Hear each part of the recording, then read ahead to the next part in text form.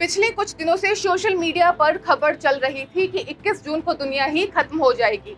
एक वैज्ञानिक के ट्वीट के हवाले से इस बात का दावा किया जा रहा था। कैलेंडर बदलने की बात भी की जा रही थी, लेकिन ये सब अफवाह थी। लेकिन अब एक और दावा सामने आया है और इस बार ये दावा किया है भारत के न्यूक्लियर और अर्थ साइंटिस्ट के.एल. सुंदर कृष्णा ने। उनका दावा है कि 21 जून को जब सूर्य ग्रहण लगेगा तो उस सूर्य ग्रहण के प्रभाव से कोरोना का वायरस पूरी तरह खत्म हो जाएगा। आखिर उन्होंने किस आधार पर यह दावा किया, इसी के बारे में बात करेंगे आज के बिन मांगा ज्ञान में।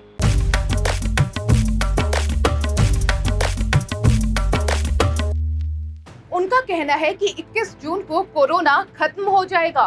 क्यों खत्म हो जाएगा, इसका भी तर्क उन्होंने दिया है और इसके लिए उन्होंने कोरोना वायरस पैदा कैसे हुआ इसके बारे में अपना दावा किया है। उनका कहना है कि 26 दिसंबर 2019 को सूर्य ग्रहण लगा था। उस सूर्य ग्रहण के दौरान जो विखंडित ऊर्जा निकली थी, उसकी वजह से ग्रहों की स्थिति में बदलाव आ गया था। इस दौरान विखंडित ऊर्जा से निकला पहला न्यूट्रॉन और चीजों को अपने में समेटता हुआ न्यूक्लियस बनाने लगा। ये न्यूक्लियस धरती की ऊपरी सतह के संपर्क में आया और शायद यही कोरोना वायरस के उत्पत्ति यानी कि ओरिजिन का जरिया रहा। ये न्यूक्लियस शायद पहली बार चीन के पास धरती की ऊपरी परत पर संपर्क में आया होगा, इसीलिए इसकी शुरुआत चीन से हुई होगी। हालांकि उनका ये भी दावा है कि इसका कोई साक्ष्य नहीं है और ये भी हो सकता है कि ये किसी एक्सपेरिमेंट की वजह से फैला हो या फिर जानबूझकर इसे फैलाया गया हो। हालांकि अगर सूर्य ग्रहण और कोरोना को लेकर बिल्कुल आसान भाषा में कहें तो वैज्ञानिक के.एल. सुंदर कृष्णा का दावा है कि 26 दिसंबर 2019 को हुए सूर्य ग्रहण की वजह से ही कोरोना जैसी महामारी पैदा हुई है। सुनिए उन्होंने क्या कहा। This is Dr. K.L. Sundar Krishna from Chennai. I wish to bring up a good news for our fellow Indians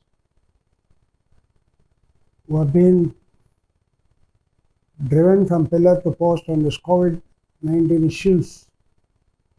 The word very COVID-19 all emerged last year in the whole world. Since December we have been hearing this terminology. The real source of this is from nature, from the fission energy. There is fission and fusion energy in the sun's rays.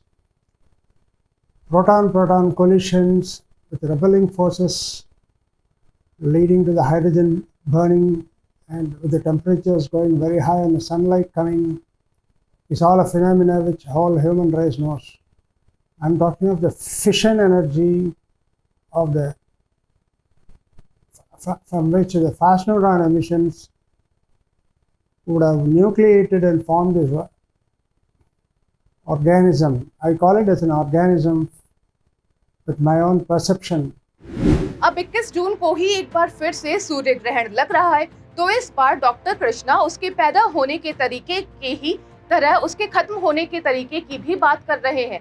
उनका दावा है कि सूर्य ग्रहण के दौरान फिर से विखंडित ऊर्जा निकलेगी और ये ऊर्जा कोरोना के वायरस को खत्म कर देगी।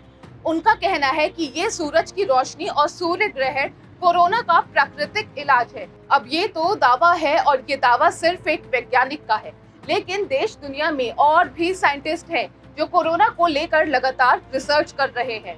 उन्होंने चेन्नई के न्यूक्लियर और अर्थ साइंटिस्ट डॉक्टर के.एल. सुंदर कृष्णा की इस बात को खारिज कर दिया है। रही बात कोरोना की, तो जाते जाते आपको कोरोना और सूरज से जुड़ी एक और चीज बता देते हैं, और ये बात किसी और की नहीं है बल्कि दुनिया की सबसे मशहूर अंतरिक्ष एजेंसी नासा की बताई हुई है। नासा के मुताबिक सूरज के चारों तरफ गैस की एक जैकेट से घिरा होता है, जिसे सूरज का एटमॉस्फेयर या फिर सूरज का आभा मंडल कहते हैं, और इस आभा मंडल की बाहरी परत को कहते हैं कोरोना। आम दिनों में सूरज की रोशनी की वजह से ये कोरोना दिखाई नहीं देता है, लेकिन जब सूर्य ग्रहण लगता है तो फिर सूरज की रोशनी कम हो जाती है और उसका कोरोना दिखने लगता है। आपको फोटो में सूर्य ग्रहण दिख रहा होगा। इस फोटो में आपको सूरज के चारों ओर हल्की रोशनी नजर आ रही होगी, यही कोरोना है। अब एक बार फिर से कोरोना वायरस की बनावट को याद करिए। फोटो देखिए, ये लगभग वैसा ही दिखेगा जैसा सूर्य ग्रहण के वक्त सूरज के चारों ओर की रोशनी दिखती है। इंटरनेशनल मैगजीन टाइम्स में केटी स्टेनमेंट्स के लिखे एक आर्टिकल में दावा किया गया है कि साल 1968 में वायरस पर रिसर्च कर रहे एक साइंटिस्ट ने जब इस वायरस को माइक्रोस्कोप में देखा तो उसे इसका आकार सूरज के कोरोना की तरह दिखा और फिर उसने इस वायरस का नाम कोरोना रख दिया। कोरोना के नाम की हकीकत चाहे जो भी हो, फिलहाल की हकीकत तो ये है कि इस वायरस ने पूरी दुनिया में तबाही मचा रखी है। छोटे से छोटा देश और बड़े से बड़ा देश सब इसके आगे घुटने टेकने की स्थिति में आ गए हैं। आंकड़ा संक्रमित मरीजों का हो या फिर मरने वालों का, हर रोज बढ़ता ही जा रहा है। हम बस इस बात से संतोष कर सकते हैं कि आंकड़ा उनका भी तेजी से ही बढ़ रहा है जो इस बीमारी से लड़कर जीत रहे हैं। एबीपी न्यूज आपको रखे आगे।